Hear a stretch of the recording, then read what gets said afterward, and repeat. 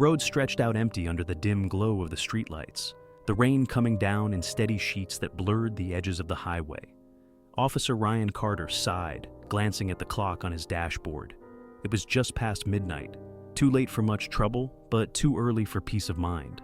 Then he saw it, a car, hazards flashing, sitting awkwardly on the side of the road.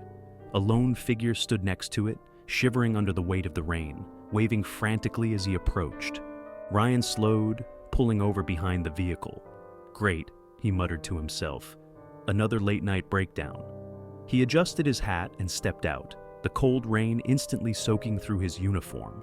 The woman standing beside the car was young, mid-30s at most, her hands trembling as she clutched her coat tight around her. Her dark hair was plastered to her face, and there was something off in her wide eyes, something that made Ryan's instincts tingle. "Evening, ma'am," he called, keeping his tone casual but firm. "Having some trouble?" She nodded rapidly, forcing a smile that didn't quite reach her eyes. "Yes, officer. I got a flat tire. I don't have a spare. I was hoping someone might stop and help." Ryan glanced at the car, its trunk slightly ajar, as if she'd been trying to open it before he arrived. "Let's take a look." The woman hesitated.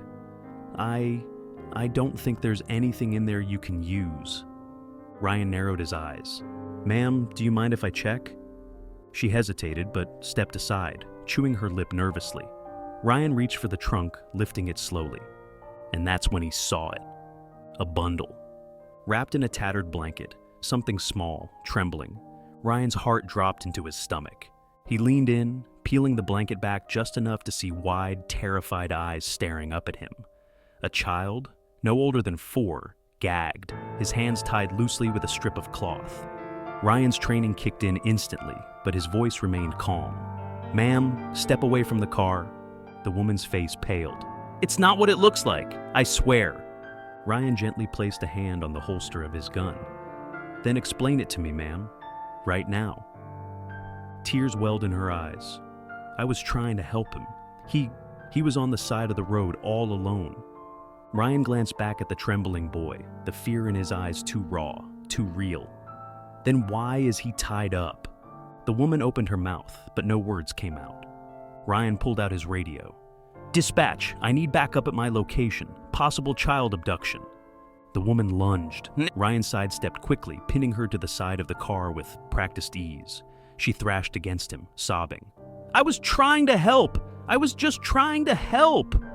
Ryan didn't believe her, not when the boy's muffled sobs filled the air. Backup arrived within minutes, red and blue lights reflecting off the wet pavement.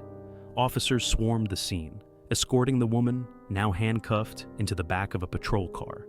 Ryan crouched beside the little boy, carefully untying his wrists and removing the gag. "You're safe now," he whispered, trying to keep his voice steady. "What's your name, buddy?" The boy sniffled. Eli." Ryan swallowed the lump in his throat. "Where's your mommy and daddy, Eli?" Tears spilled down the child's face. "I don't know." Ryan wrapped his rain jacket around Eli's small shoulders, shielding him from the cold. He looked over as his partner approached. "Dispatch checked for missing kids," he said grimly. "Amber Alert was issued 2 days ago. He was taken right from his front yard." Ryan's blood ran cold. The woman sat in the back of the patrol car, her head down, eyes vacant. Eli buried his face into Ryan's shoulder, his tiny body shaking. Ryan had seen a lot in his career, drug busts, violent crimes. But this was different. The weight of it pressed down on him in a way he couldn't shake. At the station, after Eli had been fed and handed over to social services, Ryan sat alone in the break room, staring at his cold cup of coffee. The kid was safe. That should have been enough, but it wasn't. The image of him, curled up in the trunk, terrified and alone, haunted Ryan's thoughts. How many others were out there, waiting to be found? Waiting for someone to open the trunk? His partner nudged him gently. "You did good tonight, man." Ryan nodded, but deep down, he wasn't sure. Because no matter how many good nights they had, the bad ones were always worse. And no matter how many kids they saved, there were still too many who wouldn't make it home.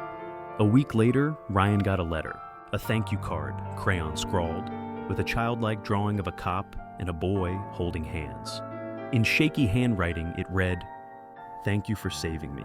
Love, Eli. Ryan held the note in his hands, staring at it for a long time. He folded it carefully, tucking it into his wallet, right next to his badge. The job never got easier. But moments like this, they reminded him why he did it. The end.